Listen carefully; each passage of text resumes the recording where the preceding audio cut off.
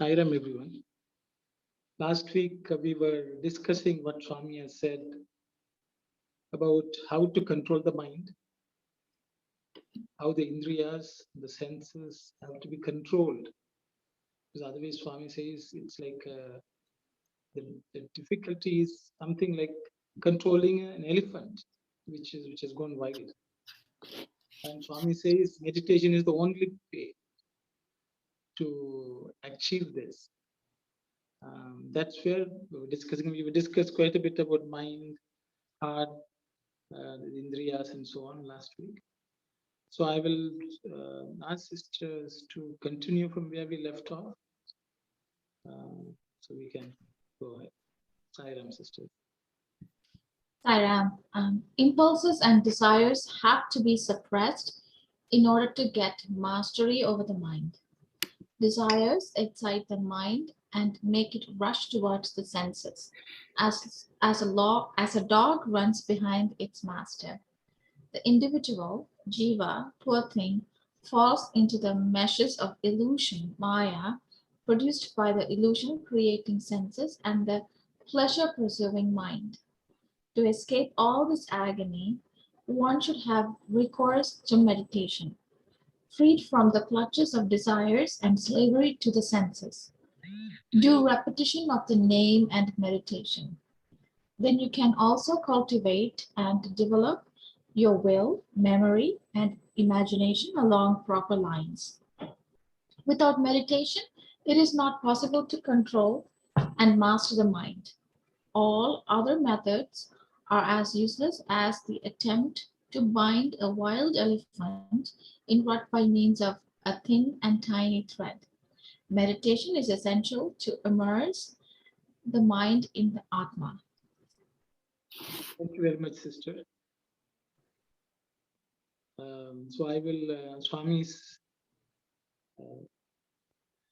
comparing the mind to a dog, an elephant, and so on. So I will stop here and ask, I think we discussed briefly this paragraph. So I will ask others to share any thoughts you have before we proceed.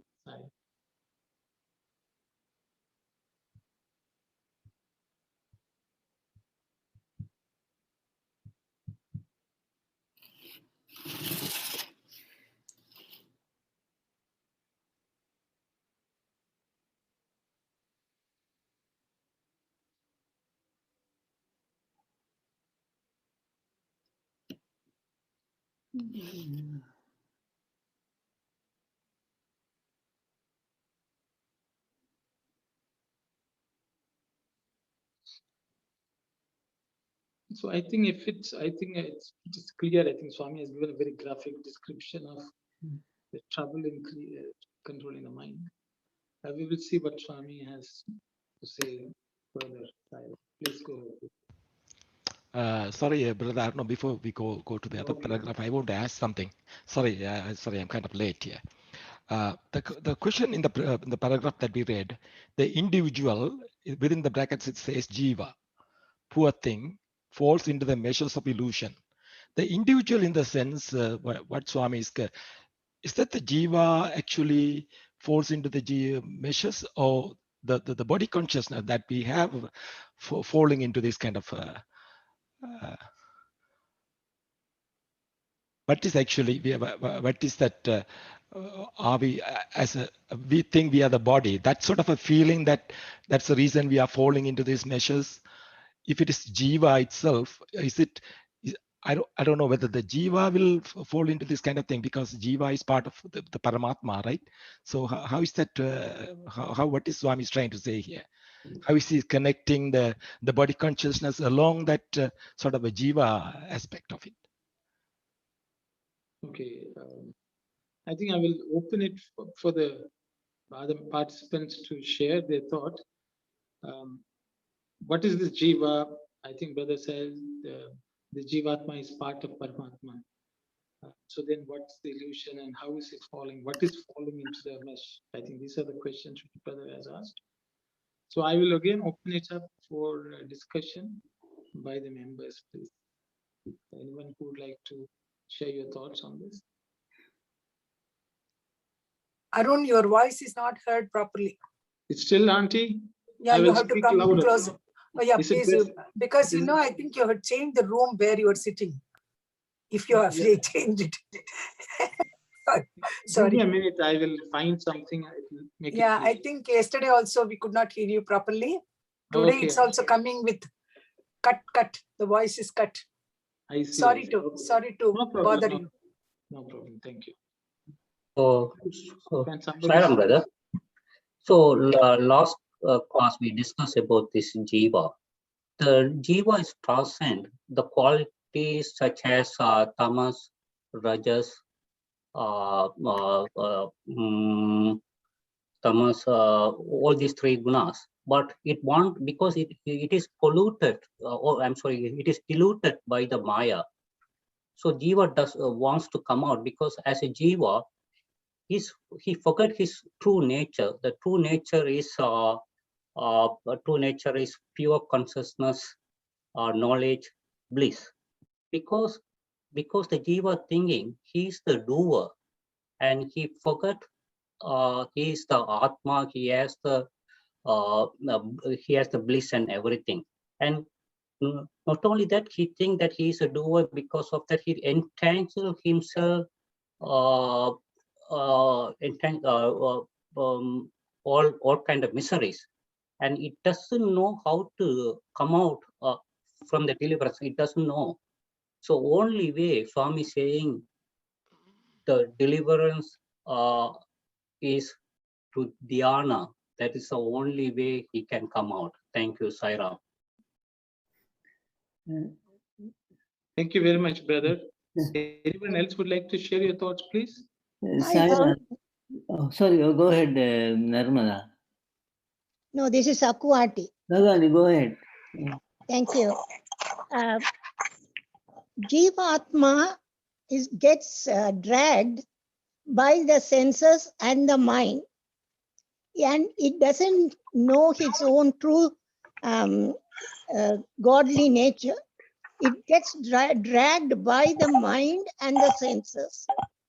So the indriyas and the senses play a great deal by getting into desires, too many desires running after them, and mind goes after them. So the culprit is the mind, the senses, and indriyas. So first we have to control the mind to keep senses and the indriyas under control. Thank you, Saira. Thank you very much, sis. Thank you very much, Auntie. Anyone else would like to share your thoughts, please? Thank you. Sairam, yeah, I would like to say that I think Brother Arul asked the question, what is Jiva or who is Jiva? Yeah. And also he himself suggested that the body consciousness or thinking that we are the body, that is the cause for the illusion and the senses. So I think that for that question, the answer depends on which philosophy I mean, whether Dvaita, Vishishtadvaita or Advaita, which philosophy we are our answer based. But but we don't have to worry about other things. Swami talks only about Advaita. So according to that, so Jiva is, we have been talking about this many times. So it's actually, it's not even a real entity, it's a shadow entity. That means we are really Atma, but we think we are this body-mind complex because of the ego and all that. So that is the cause. And I think that is the answer I can say for his question, what is Jiva or who is Jiva? But then he himself suggested that because of our body attachment, we get into this Maya illusion and pleasure seeking and all that. But to to get rid of all those, all the sadhanas for that purpose. And here Swami is mainly telling about the importance of meditation for that. Sairam. Thank you, Sairam. Very good, very good. So, Andy, very good. And the Vimalation has been tackling the question which Arul asked actually. Arul, the first question he himself answered as So, first question, the individual, the jiva, does it mean body consciousness aspect? We can say yes. Yes. If there's no body consciousness, we are Atma. So when the body consciousness is there, we are called jiva. So directly we can answer Arul's question as that Arul is right to think that this talks about body consciousness over the Atma, real Atma. So that's a jiva. So usually if we replace this word as man, instead of saying the individual jiva, if we say man, it would have been clear. Because when we say man, we mean the individual jiva with the body consciousness. So, Arul, you are correct to say that this is the body consciousness aspect over the real Atma. Yeah, I think that is the you are looking for. Thank you, Saira. Thank you very much, brothers. Anyone else would like to comment, share any thoughts?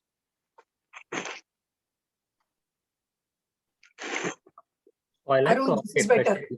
Arun, this is better. Your voice is better. Thank you very much, Auntie. So I like to ask a question here then.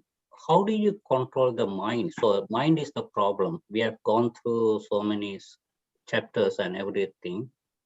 Then how do we control the mind? Once you control the mind, we are successful in dhyana. So everyone's having the difficulties. How are you going to come out from that one? Thank you, Saira. Sairam and Brother Dasan, you used to talk really a lot on this one, but in the following chapters, there are two more chapters. I think two more chapters. Yeah, we see that Bhagawan is saying at the last chapter, saying this and these Arishad Vargas, Kama, Krodha, Lova, Moha, Mada, Acharya. This has to be eradicated first before concentration is achieved. So Bhagavan is here saying all these dhyana methods and the ways and doing, and finally he is summing up this book saying that unless you get rid of this kama, krodha, lobha, moha, mada, macharyam, we cannot have that concentration and dhyana. So the first we have to see the ways of getting rid of those bad qualities. So can you explain? So these are the problems everyone knows. These are the main issues. How do we going to get rid of those ones? How do you practice that one in the real world? How to get this? That is of course through devotion and the steadfastness. So if you have, suppose if you have 20 things, okay, every day, too many things in your brain, that's the only reason we couldn't participate in the study circles and so many desires we have. How are we going to control in our life? Everyone. Saira, the mind controlling is a very, very I can't explain that. That's powerful, very, very powerful sadhana, because the mind is very fast. We cannot say that how fast it is. We have to control it with Swami's grace. I mean, namasmrana is the main things to control the mind. Swami says one story. For that I can mention the story. There was a king that he has a lot of works in that kingdom, and he don't have a real servant to fulfill the work. So he prayed to the God, God, please help me to do this work. So that God appeared in front of him, and he was asking, what's the problem? He said, this is the problem for me. I had to go do all the works.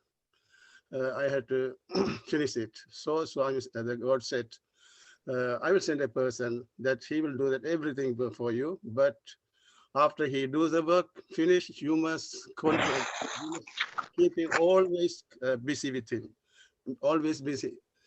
Do some work all the time, otherwise he will destroy you. Then he said, okay, I will give the work. So God sent the person. He was very fast to work all the time. He does any work he gives that he finishes right away, and all the works are finished in the kingdom. So he was very, very unhappy that now the king was very, very unhappy that he don't have any work to give him. So he prayed to God again. Then God said, hey, God appeared. Okay, what's the problem right now? He said, this is a problem that he did all the work. I don't have any work to do him. So that God said again, build a very big wall and ask him to go up and down all the time. So then you can get busy him. Otherwise, he will destroy you. Know that we have to always keep that person busy. Likewise, that we have to keep the mind busy. So we have to keep the mind busy. We have to always share Swami's namasmarana, and meditation is the best way to control the mind. That wall is that signifies that namasmarana, that makes that busy to all the time for us. Thank you, Saira. Okay, thank you very much, brother.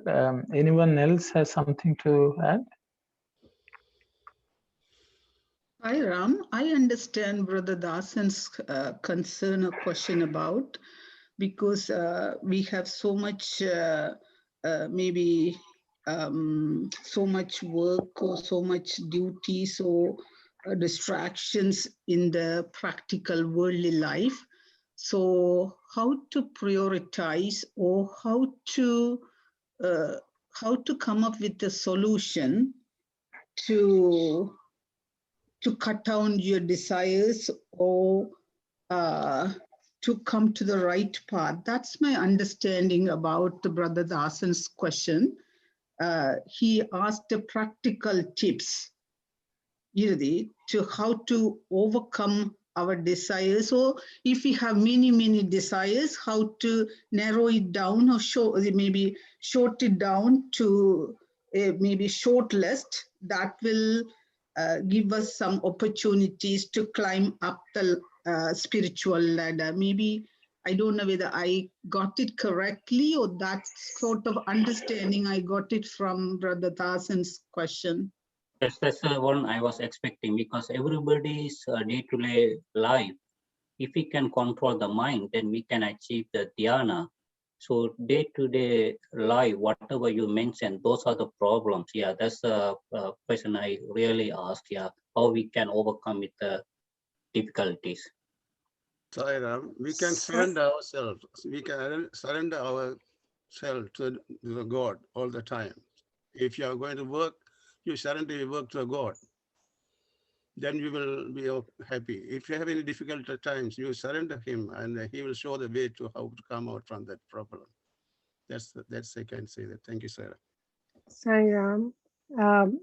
I think, I don't know if it'll make sense, but I'll share something I have been practicing. What I feel is, of course, Swami's literature helps you to identify what is exactly your dharma and what kind of life you should live. Because without reading literatures, we have no idea. I mean, I used to pray to Swami, but I didn't know what the discipline is, doing puja at particular time and all of that. And sometimes as an individual, you have those tamasic quality. You don't want to wake up at 6 o'clock and do, but reading Swami's literature as particular time, particular place you should do, that's a discipline. First step to spirituality is discipline. So I started remembering, and I know the more you read Swami's literature, it reiterates that this is how it should be.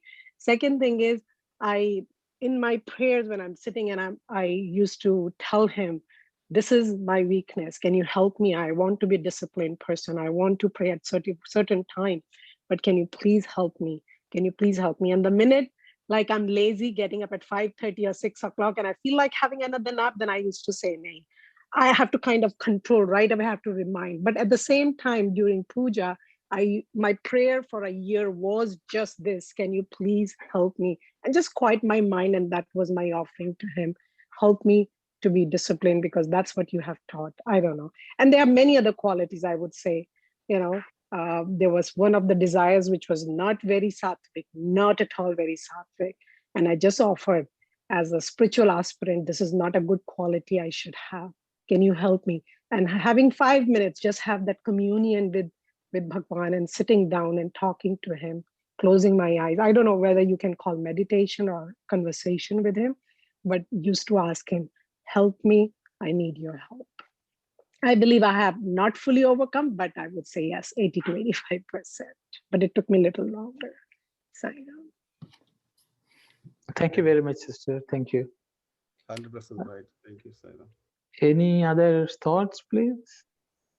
Sairam, brother, give me some 1, 2, 3 minutes. Yes, So, yes, brother. In this, Brother Rajagopal was suggesting so many things that we can accept as one means to do that. But in this chapter, even here in this paragraph, the first line, we have the answer. Impulses and desires have to be suppressed in order to get mastery over the mind. But in the previous passages, we have seen there are two types of impulses, Malina Vasana and Subha Vasana and Asubha Vasana, good Vasanas and bad Vasanas.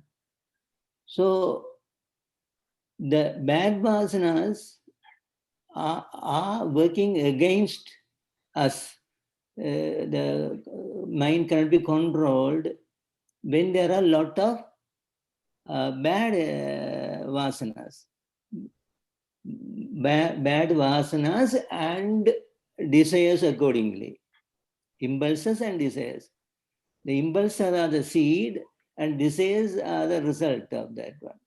So that when we have a lot of bad vasanas in us, then we will have bad desires and this meditation becomes impossible.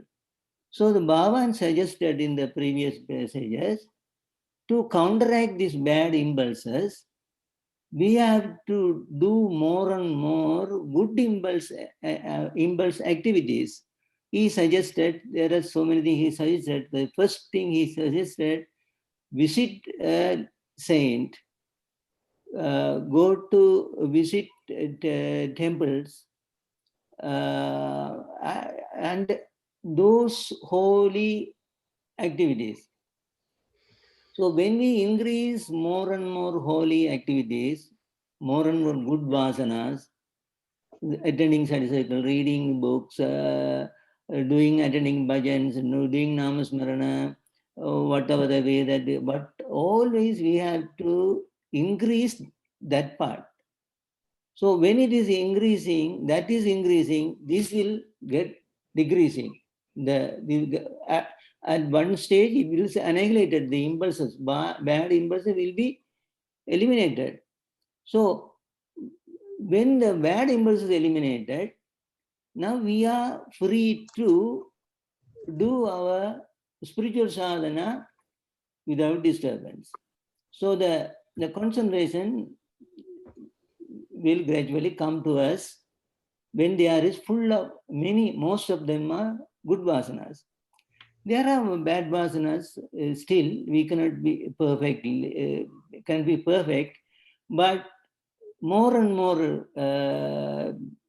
namasmarana, meditation, and these sat activities, we will have all the time good thinking in our mind and good desires and holy thinking, holy atmosphere and holy. That will definitely will help us to get mastery over our mind.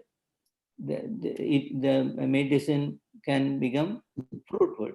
So in the last chapter in the book, in the final chapter, Bhagawan is saying about this Arshad Vargas. He says there, unless we get rid of that, concentration is not possible. So to get rid of the Arishad Vargas, that are the bad impulses in us now, to do that, we have only the solution is to increase these good vasana activities. One, the easy activity is namasmarana, easy activity, seva, attending bhajan, reading, visiting, so many things are there. So that's the reason. And so at the same time, we have to see how to reduce our bad impulses also, no? So if we are spending too much time in TV, cut, reduce, and go to nil. So papers, internet papers, we have to stop it. So this way also, we have to stop our regular routine, which are bad impulses. So that's a solution in this book. This book is mainly about impulses and how to get rid of the impulses, so that we can get that mind controlled and our true reality revealed finally. That's what. So this is what I could say, and brother and others and any others can also say what they feel it. Thank you, Zaira. Thank you very much, brother. Thank you. So, Sairam, brother, I have now I can recall something here. According to I think Shivani said something. Yeah, the back home we have car drivers. The owner always sit at the behind, and the driver, if the owner asks to drive the car, he drive the car to the office. He doesn't look at anywhere. Here his concentrations going to the office only. But when he coming back, or then the boss will say, okay, go home, and my wife is waiting to go some places. Then while he's coming back, okay, now my boss is not at the back. He do everything. He smoke, he look at here, he horn, he do all kind of works because boss is not there. Then on the way he meet his friends, and when he reach at the home, the boss wife might ask, why you are late? He might say, or traffic. So the same way, you have to think in the car, Baba is sitting behind. Always you have to think before doing everything, then your mind will control. You have to control. So before, when the boss is there in the car, he doesn't want to do any bad activities. When he is not there, he wants to do everything. Same way, if we think Swami is within us with all the time, so we don't do anything bad activities. So always, whatever Swami said, you ask Swami, please help me. I have problem on this one. So definitely Swami's grace, we can control the mind. Thank you, Sairam. Thank you very much, brother. Just to add to this, I don't know, Brother Arun, if you remember, I think we did talk about meditation is just not one time, it's 24/7, and that could be just remembering him, just 24/7 remembering him in every act, every thought you have, that is real meditation. So I think I literally take that that for me, the meditation is not just to sitting, of course, that's important, but just remembering him all the time, even your thoughts, the action you're doing, even you're cooking or brushing, that could be meditation. Thank you very much, sister. Yeah, those are some of the things. See, Swami has actually addressed most of what we are discussing, I think, the past few chapters. Just after he talked about sitting down on meditation, then the following, after that, I think second or third chapter, after that, Swami has spent a lot of time on the time we spend outside of what they call the meditation mat. What we have, unless we are watching what we do at other times, the meditation on the mat will not be very successful also. Is something which Swami has reminded us again and again, and I think all the brothers have and sisters have touched a variety of techniques and tools which Swami has also been speaking about in terms of trying to control the mind. I would like to ask whether Brother Arul, you are fine with the discussion so far, or you would like any point to be further elaborated or discussed? Sorry. No, it is beautiful. I think everybody gave their real points added to this discussion. Very nice, Brother Dasan, Brother Sivadas, Brother Vimalesh, and I can't mention all these sisters and other brothers who pointed out to this matter, because at one point in time during this, not in this session, but for a month, I didn't even watch TV for 3 weeks. Even touch that monitor, that controller, whatever that is, I didn't even touch it. But after that, my mind was telling, okay, why don't I watch the TV, weather channel at least? Then starting onto it, then I become watching other channels as well, because that the vasana, like everybody is discussing on this part, I'm not addicted to the TV, but I couldn't get up to that kind of strict control of my mind. So that makes me bothering it. Why that is why I couldn't control even prior to this. Then I attempted many times, but I failed. Why a person fail? Because say for instance, if it's a dream, we are telling that it's a dream, so that's okay for next day. That's only a dream, we say. And then again, you are watching a movie, something, it's only a movie. The next day we think it's only a movie, this is not going to happen. We realize it, this life itself is an illusion. But why we can't keep it under that? Okay, this is illusion. We don't want any of these desires. That makes me wonder, what is it actually pulling it off? I know Brother Sivadas was mentioning about a lot of good techniques, that how should we increase our good vasanas, the subhavasanas, and all these things. So my concern is, why the human, I don't want to bring all the human beings, but why I am unable to get into that good habit kind of thing. Sister Shivani was, she gave a great tips as well. Thank you all. I really appreciate it. Thank you, Sairam. Thank you very much, brother. I think Sister Kalyani is asking a question. Maybe Kalyani, you should read out the question, I guess, aloud. So I was just to kind of clarify the definition of Jivatma, can you say that the Jivatma is the Paramatma, just like Paramatma plus ignorance, or like the Paramatma encased in the three bodies, or is there some sort of definition like that? Again, I will open it up, Sister Kalyan, before I say anything. Any of the participants would like to shed your, is the Jivatma encased in the various cases of, as Sister says, is it encased in the causal, subtle, and the gross bodies? Is the question she's asking. Is it encased? According to what I understand, is correct. That is my understanding. You can, because there's only one. There's nothing, no Jivatma, no Paramatma. Only Paramatma is there.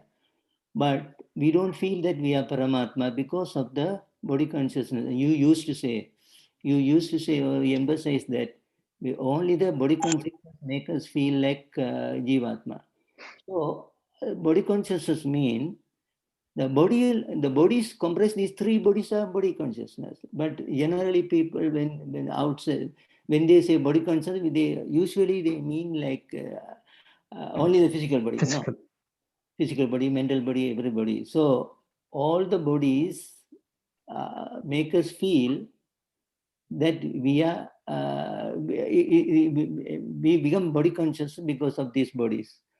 So the Jivatma, so Kalyani putting is correct in my understanding. Thank you, Zahira. Thank you very much, brother. Anyone else would like to share any thoughts?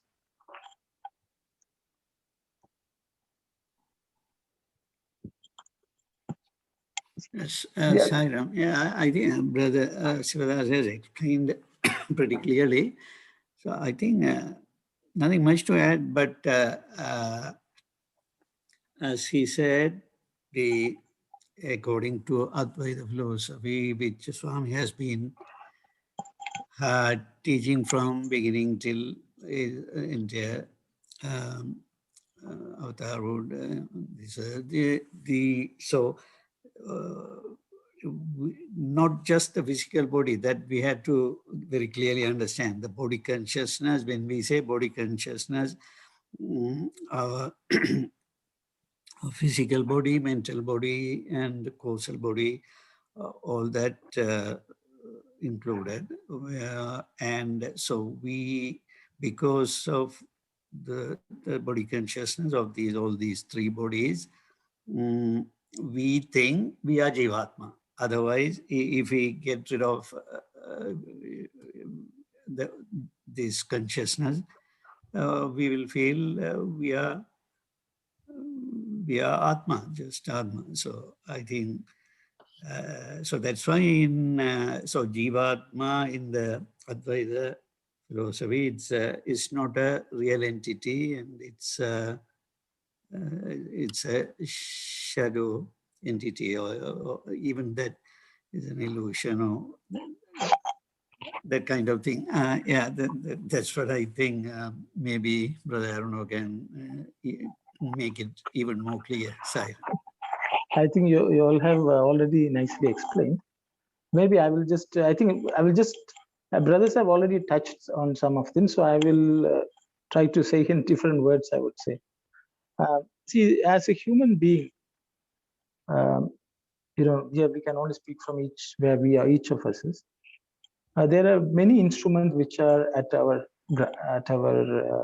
employment. As Brother Rajagopal said, God said, I will give you somebody, who can help you do everything. So we have gotten many instruments which we all use. But the main instrument which a individual uses is mind. That's why Manuja or Manusha, man is called. I think Brother Sivadas nicely said, if you say man, rather than the jiva, it'll be a bit more clearer for us, because the mind is the one which gives us the impression what it is.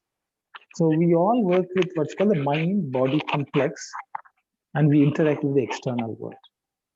And all of us are very good in using it, or being used by the mind and the senses. We don't necessarily use them, they use us. But the whole sadhana is actually to recognize that what has happened to us, that we have become a slave to the mind and the body, which is along with the senses, that complex, mind-body complex, mind-body sense complex. And that sort of defines all of us. But then we have other instruments which we are not making use of, is what Swami would say. And all sadhana is to make sure that we use those, which is the vijnana, which is the conscience or consciousness, which we have forgotten that it exists, and it's much more powerful than the mind. Or the conscience, which is always there, which is pushed aside by us. So I think all sadhana is because of that. And as long as we fail to use them, we think that we are separate, and then we are called the Jivatma, which is basically caught in a mesh, which itself has created into this mind, body, sense complex. And whatever these instruments tell, the Atman, which is bound by ignorance, is fallen into. So the Atman is only one. The concept of Jivatma, Paramatma comes only when we think we are separate, which Brother Vimalesan has also nicely explained. So these are, I'm just collecting the same thoughts which others have expressed and sort of summarizing. I hope I didn't leave out anything. So I hope that's okay, because we are all encased. In this world, we are encased. But the thing is, we should not feel we are prisoners. Okay, ultimately, because once you think we are a prisoner, you are a prisoner. I think if we explain the concept of the monkey, which puts his hand inside the coconut, thinks it's something is catching it. It is just that we have made ourselves caught, and we have made ourselves prisoners in these cases. But once we know that we are not prisoners, we will still be using the casings, but we will not be limited by them in defining who we are. I think that's my understanding. And meditation is just the path to help us get there. Okay, I hope I haven't made it. Sai Ram, brother, I don't know, this statement Swami often says, Mana eva manushyanam karanam bandha moksheyo. Yes. The second part pretty clear. The first part, Mana eva manushyanam. That much, what is exactly the meaning? Mana means mind, eva means alone. Sorry, eva means? Alone or indeed. Both ways you can use both ways. Indeed or alone, that means that is, yeah. Both the meanings are, I think both the words together give you the meaning. Okay. Mine alone indeed is the reason or the cause for bondage or liberation, because that is the main instrument which Swami actually in Sandhya Nivana Swami is talking about antakarana, the inner instrument. Swami has used the word, which actually includes everything else also. I hope that's okay. That's my, and I don't know. I don't know if Mani Auntie would like to comment on it as well. I don't know others. Only everybody has made it very clear. Only thing I want to add is, the reflection of consciousness in the mind is called Chidabhasa. The Chidabhasa is the one which is we thinks that it is the jiva, and then goes on with the identifying itself with the panchakoshas and antakarana. All these things, they make him as a prisoner, as you said. That's all. When we get out of this mesh which we have created, only then we realize that we are the pure, that Satchidananda. Thank you, Sai Ram. Sai Ram, Auntie, Sai Ram. I'd like to add one more line here, whatever you said, prisoners. Yeah, if you compare the birds in the cage, that also in the prison, same thing, Jiva also in the prison. Only thing, when you do the dhyana, that time the God will come and open the cage to fly out. That's the time we realize we are Paramatma. Thank you, Sai Ram. Thank you very much, brother. Sai Ram, brother, you mentioned that we are not using the other instruments, like other than the mind. We are mostly using the mind, and we should be using our conscience. Am I telling that correctly? The conscience, yes. In the sense, any actions before we doing it, we are tracked by the mind. And that circumstances, we should be using our conscience. Is it the right thing to do or wrong thing to do? Is that the way we should be looking at it? That the conscience part? We have elaborately studied that what is conscience, what is consciousness. We all have discussed in very detail, but I'm in this particular instant, I want to ask that when you specify this particular instrument, are you referring to that kind of thing, or what is that we are not using? Mean what is that not we are using it? I think it's a conscience, brother. That's my understanding. The conscience also gives us the faculty. The conscience works through what we think is discrimination, buddhi. Buddhi basically reflects what the conscience would tell us. And Swami would say consciousness is the one which exists as conscience in an individual being. It's very silent. It's never forceful, but it will tell us what's the right thing to do, what's not the right thing to do. So that's an instrument which we have slowly give more importance to, is my understanding. I will ask others to comment on. Thank you, brother. Thank you. That. I think there are many discourses where Swami has talked about this. Maybe one of these days we'll discuss that in detail. So, if there are no other thoughts or comments, we could proceed to the next slide.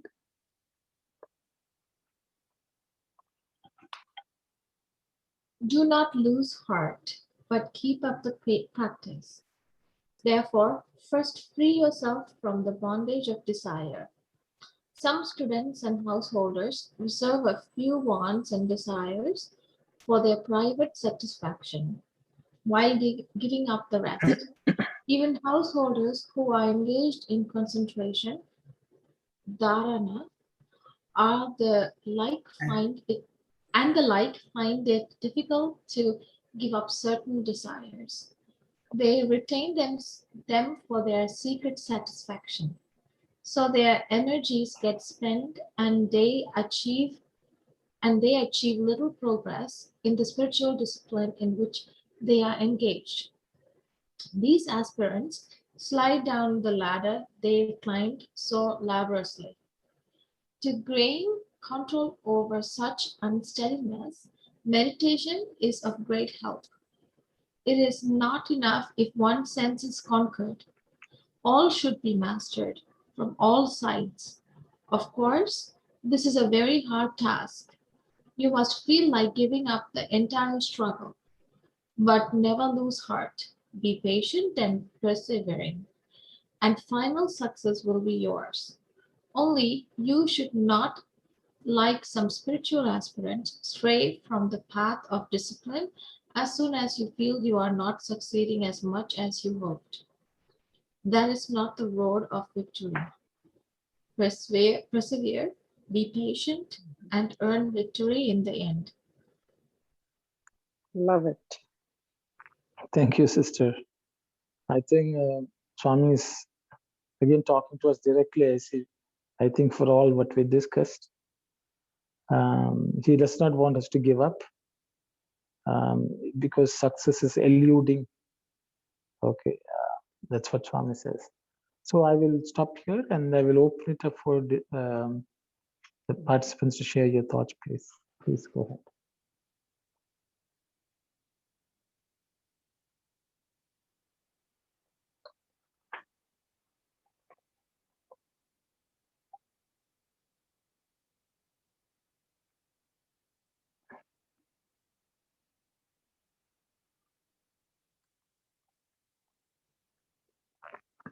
I think okay, please go ahead. No, no one was talking, so I thought, okay, I have to fill the silence. Okay, no, I was just kind of reflecting when Swami is saying, "Do not give up." It means it requires rigorous sadhana and remembering that not just to keep like a pendulum here and then. Today you are saying, okay, let me give up this desire. Tomorrow is something else, right? It's kind of until you master that, you should not. And again, I'm going to give you, I have not mastered, but long time back, I read there is a surrender prayer somebody gave. I don't know if many of you have, but there's a prayer, surrender prayer. And in that, something which caught my mind is thy will prevail every time, everywhere. And it's been 5 years that every morning when I'm doing my prayer, that has been my ending thing. Thy will prevail, Swami. You take care over everything. Now, many times, even if very little things, we are living in this world, you want something for your children, for yourself. Now, if I feel asking something, I feel guilty. How can I mean, that I can't even ask. This should happen because that thy will has so immersed in my brain, my body or anything, so many years that has been the mantra. And I told myself, I'm not going to give up until I reach the point where I'm not going to ask him, even though I feel like asking, but I should take it back. No, that's not. So I'm just thinking out loudly with all of you, with Sai brothers and sisters. It's such a rigorous process of overcoming even little, desires. So it's not easy. It's not easy. Thank you, sister. Anyone else would like to? Sairam, I particularly, they looked at the second sentence. Some students and householders reserve a few wants and desires for their private satisfaction while giving up the rest. In my understanding, I thought satisfaction always the private satisfaction. Say for an example, my satisfaction cannot or match with the other satisfaction. Maybe the degree of satisfaction or the level of satisfaction can be different to person.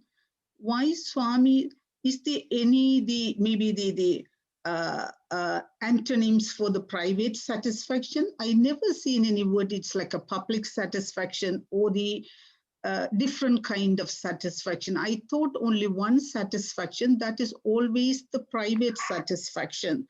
So I also thought, as long as you are in the human body, when you say as a man, you always would have some wants and desires. You can reduce, you can cut down, but if you freed from all the desires, then you are a renunciant, you renunciate everything, and you would go to a different level, and you would be called as Jnani, Yogi, or in the different terminology. So that's why I was wondering in that second sentence, why Swami said, for their private satisfaction. So maybe some people, they can have some wants and desires for the public satisfaction. I also recollect our past conversation or the past discussion about maybe some avatars, they maybe, of course, Swami, and maybe the Swami Vivekananda and some other avatars come on the birth to have some, their desires to be satisfied for the well-being of the whole universe. Maybe that may be the reason Swami, they maybe stress that point. Maybe some students and the householders wants and desires for their private satisfaction. I thought about that. Why Swami said private satisfaction, maybe some avatars, they would come on the birth with some desires for the maybe for the benefit of the whole world or universe. Okay. Thank you, sister. I think you have asked a question. Anyone who would like to discuss what sister is asking about? Sairam brother, let us Manibhashyam check with the Telugu and okay. Yeah, because it is some sort serious thing, no? So yeah. Auntie, you would like to? Yeah, I'll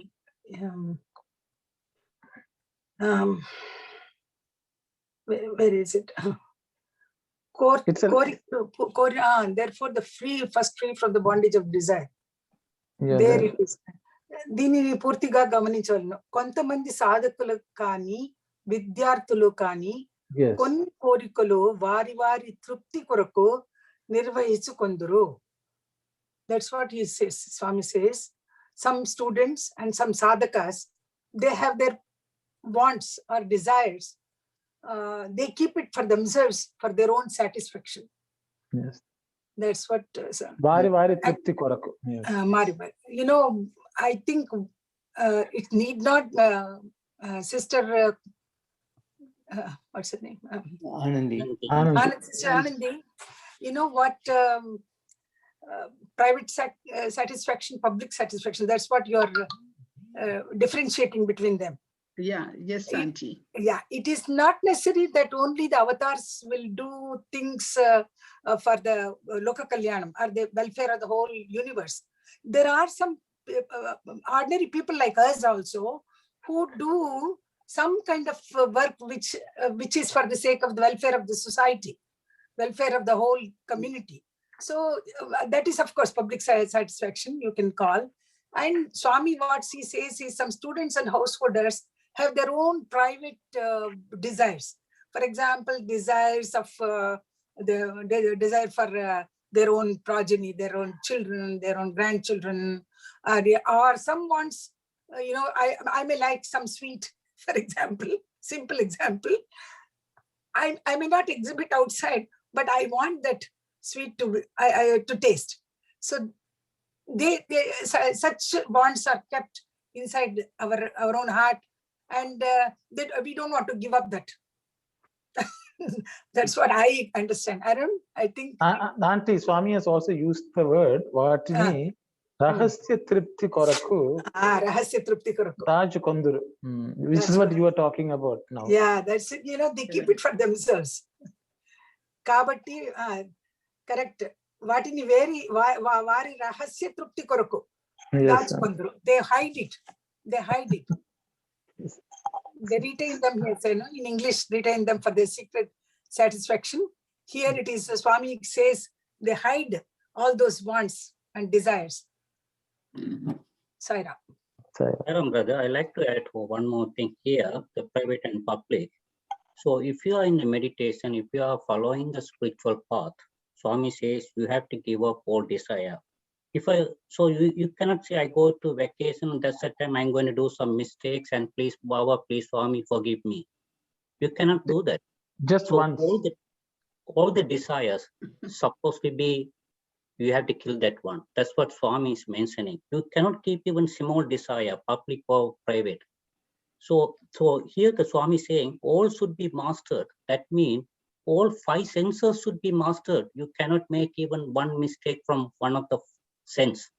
If you make from the ear, that's wrong. If you make from tongue, it's wrong. If you make from the body, any part of the body is wrong. So your concentration supposed to be on God. You cannot have any bad desires or anything. Thank you, Sairam.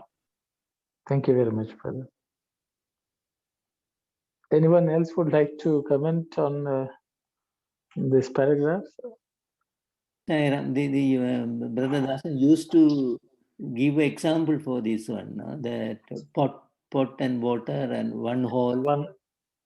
Dasan, you used to say that, yeah, no? If we have water in the pot, if the water is leaking, we don't need to think that water is going out from 5 holes. One hole is enough. Yeah. That's what we have to master, all the 5 senses. If one sense is wrong, we are out. Yeah. So that is what it is mainly. Yeah. Thank you. So the reason is, though, if your mind goes invertedly, then there's nothing to do with the 5 senses. If the mind is controlled, then that 5 senses cannot do anything. Thank you, Saira. What happens is sometimes people, at least they want to have tasty food, at least, no? No, okay, you have to ask your consciousness. You have Baba is with you. That's what we have. That first, you before getting desires, you think, discriminate whether it is good for my spiritual sadhana or not. Then that will give the answer. Thank you, Saira. But we shouldn't forget that Swami also acknowledged that this is not an easy task. This is a very hard task too. So that's why maybe theoretically it would be sounding like, okay, they will get rid of all the senses, but in the practically, for me, maybe others, it could be different. This would be a really tough task. So, suppose if you have 10 desires, you try to avoid one desire, then you think about after that, then you're successful. Now you think about, okay, how I master in that particular one. You try to do the second one. Keep on do that one. You will be mastering that one. Thank you, Saira. Thank you, brother. A good tip is on every birthday, just give away your one senses. So that will be the celebration. Then depending on how old are you, you would be getting off. Then start and yeah. Maybe that's the birthday gift to Swami. Maybe that's a really good tip. Every birthday you give a gift to Swami. In that way, when the age goes, you will accumulate all the gift back from Swami. Baba has Baba has spoken about this. This is what do you call this one? Every year we make promise like that, no? I was laughing at this one. This never happened. Resolutions. Resolution. New Year resolution. That's what Baba said. New Year resolution. Correct. Yeah. That is in 2 days, 3 days. That's over. So, Sisters Anandi's point, and she said every the time goes, then our five senses also going to lose the strength. Then that time you cannot do nothing. So when the five senses active only, you can give up or do sadhana, meditation and everything. Thank you, Sairam. Yeah. Whether we like it or not, so God takes away one of the senses, but the mind is still craving for them. Yes. Okay. Yeah. That's a very good point. Yeah. When the eyesight is gone, we want to see. True. That's a very good point. This is a real practical thing that we see now. That we will find a doctor, doctor who can fix the problem. Now, for every part of the body, there is a replacement. That is what. In the following pages, the Bhavan is talking about that.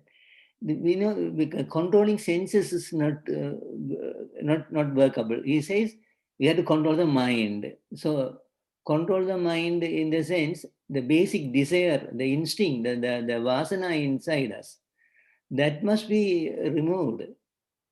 So when there is something, and as brother sister Manibhasyan said, no, even eating a piece of cake or sweet things we may have until we die. So the best recourse is to do more and more good vasanas, so that even that tiny one is get removed out of us. Okay, thank you, Sayara. Thank you very much. Control the mind is the main thing. Yeah, that's what Bhavan is saying. I said that we already learned about that. The command and that soldiers, that if we control this, we kill that commander, then the soldiers can. We came across.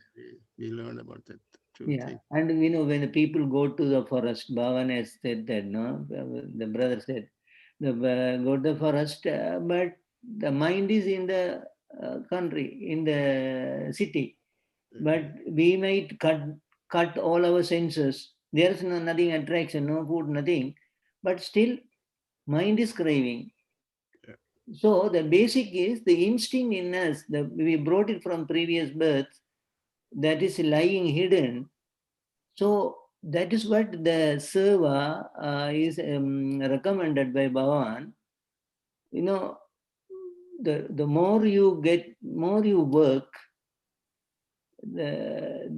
than being idling. No, sometimes what happens is we fear of doing seva because of that ego problem and everything.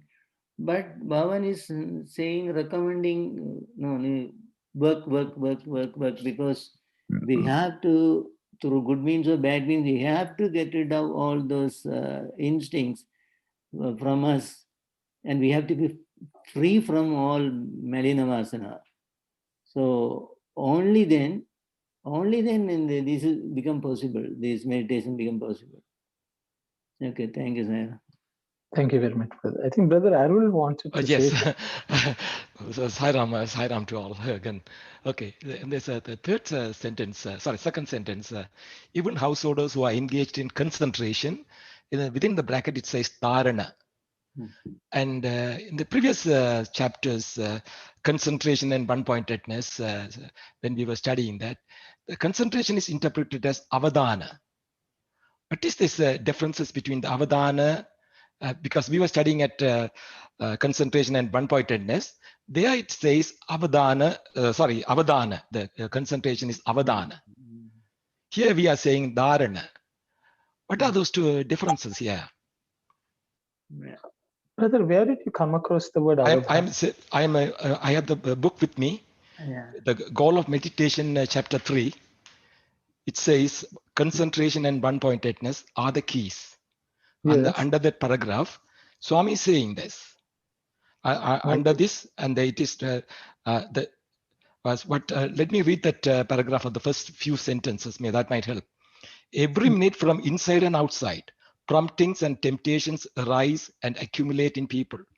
One cannot attend to all of them at the same time. So one fixes attention on only the most important one. This is called concentration. And within brackets, it says avadana. So I think, so the English word as concentration may not be the right translation, brother. You said it's chapter 3, Auntie. Chapter 3 la enda first paragraph, first this thing or second? Second one. Third paragraph, sister. Concentration and one-pointedness are the keys.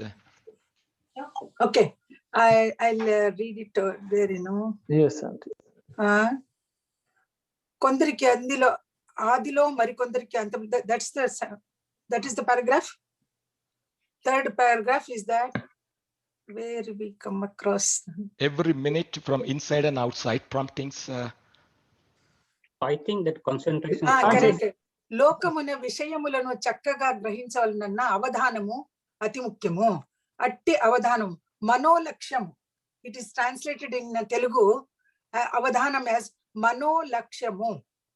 తనకు ఇష్టమైన విషయముపై ఉద్దేశపూర్వకముగా నిల్పుటనే చిత్తైకాగ్రత అందురు. మనోలక్ష్యము is చిత్తైకాగ్రత. That's concentration or one-pointedness. Avadana, you know, we have come across attention. that. I think attention is a better. So, brother, in the same paragraphs, they have used the word one fixes attention on one important thing. Yes. Yes, attention. This is called avadhana, you know. So we have come across people who ashtavadani, dashavadani. You have come across Arun? Yes, that word, you know, ashtavadani means a person can give attention to 8 things at a time. You tell him 8 things at a time, he is able to attend to all the questions and he will answer one by one. Dashavadani, ashtavadani. We have our in our Swami's this thing, one ashtavadani, that great priest who used to conduct this Dasara yagas and yagnas. I see. Avadanalu he was called. Okay, Avadanalu, I see.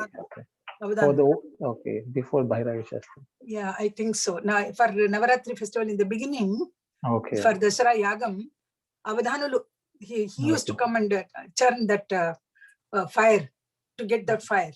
Arani and Aruna. So attention, that's a better word.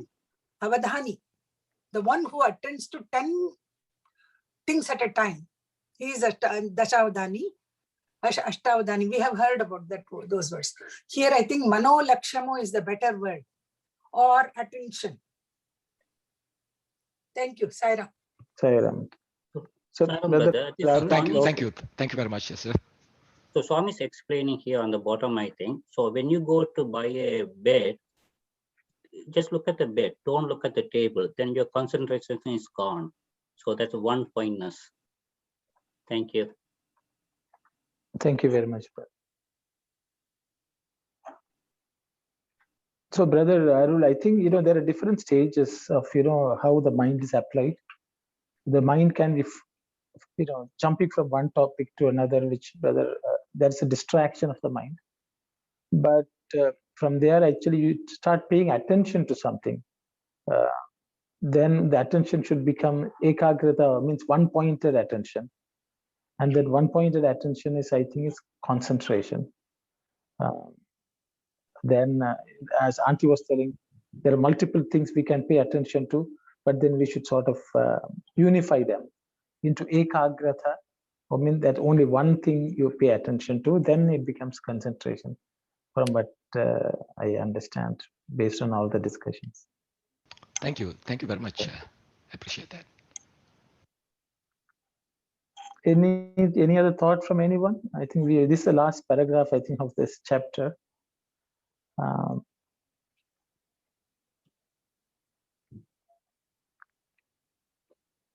So in a way, so Swami is talking about the secret satisfactions. I think that is one of the issues, because we may say this is nothing big, it's small one, but I think Swami is just warning that these things also can take away everything.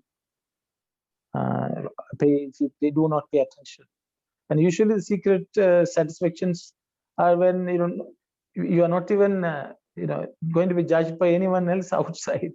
So many times our desires, when they're in the public domain, even if you go to a function, even if you like something and if you want to eat more, you will control your. You will think, I will go home and find somewhere and eat, because you don't want to eat in front of other people. That's also some type of control of the senses. But Swami wants us to, in private, when no one else is around, we think it's okay to indulge in a bit. I think those are problem areas. Even we think they're not, they're not bad. It's not. We give different reasons and tell the mind actually tells us it's okay. Don't worry. Just one day, a little bit. It's like that. I think Swami is warning us that even these things can make it a slippery slope for us. Any other thoughts? It's about 4:12.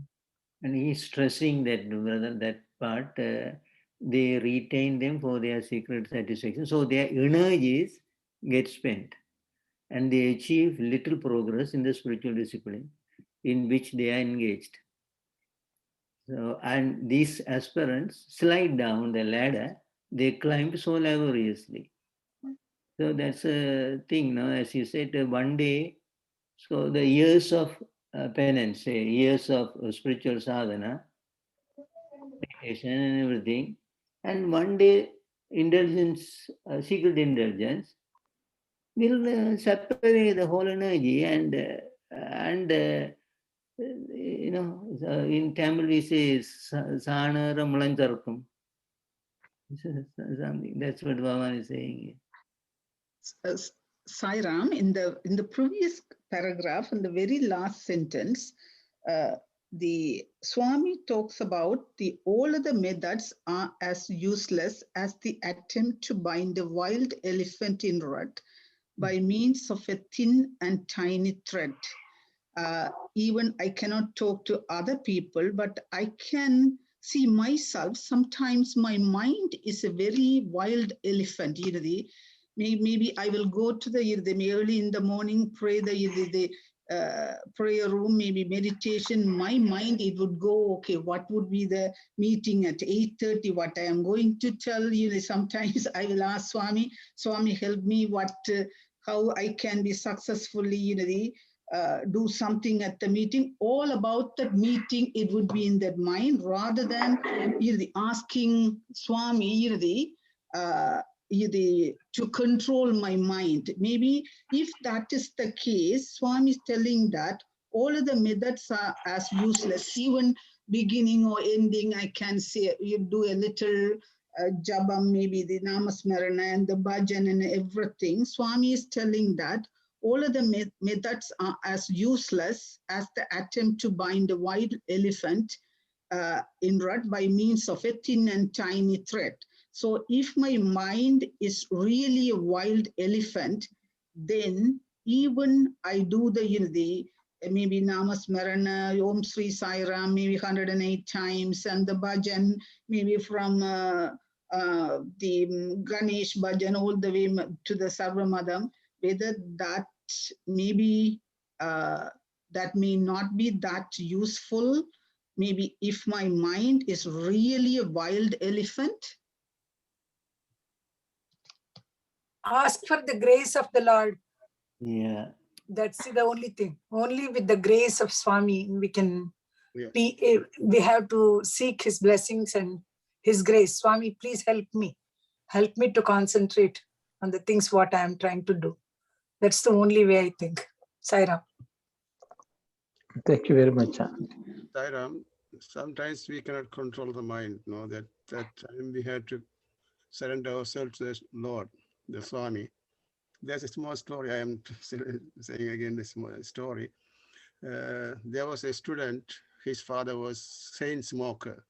He tried several ways to stop smoking, but he never succeeded. So the son go and prayed Swami and asked to help to stop father smoking.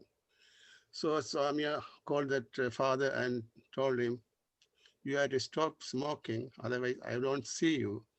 Again, he said, "I don't speak to you." Next, he said, "I don't allow you to think about me."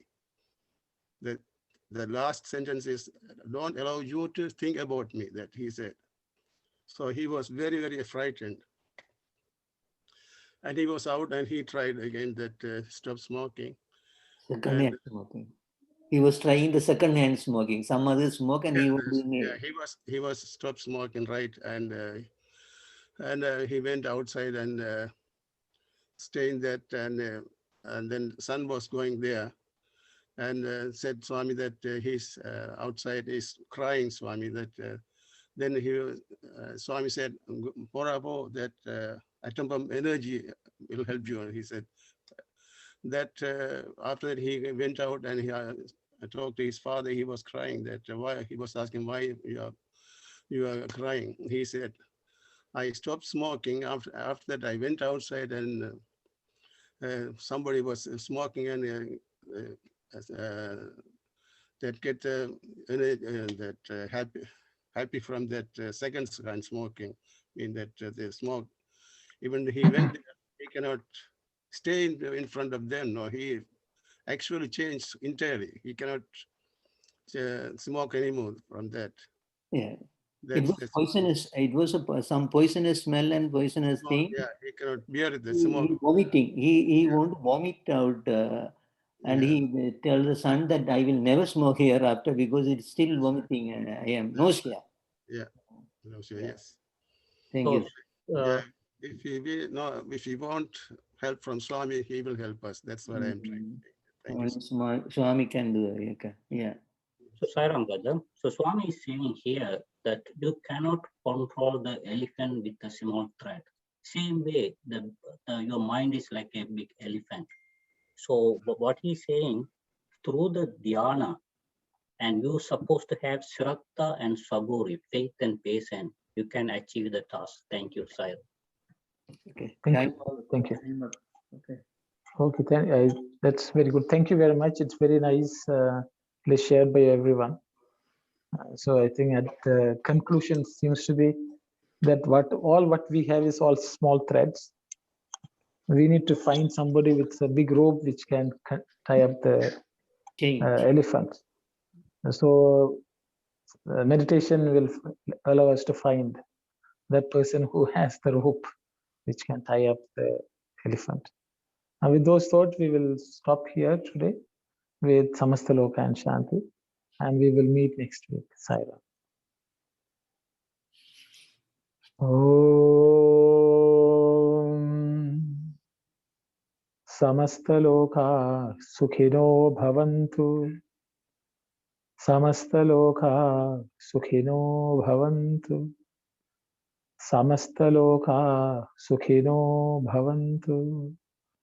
Om Shanti, Shanti, Shanti. Sai Ram, everyone. Sai Ram. Thank you, Sai Sai Ram. Ram. Thank you, Sai Ram. Thank you, Sai.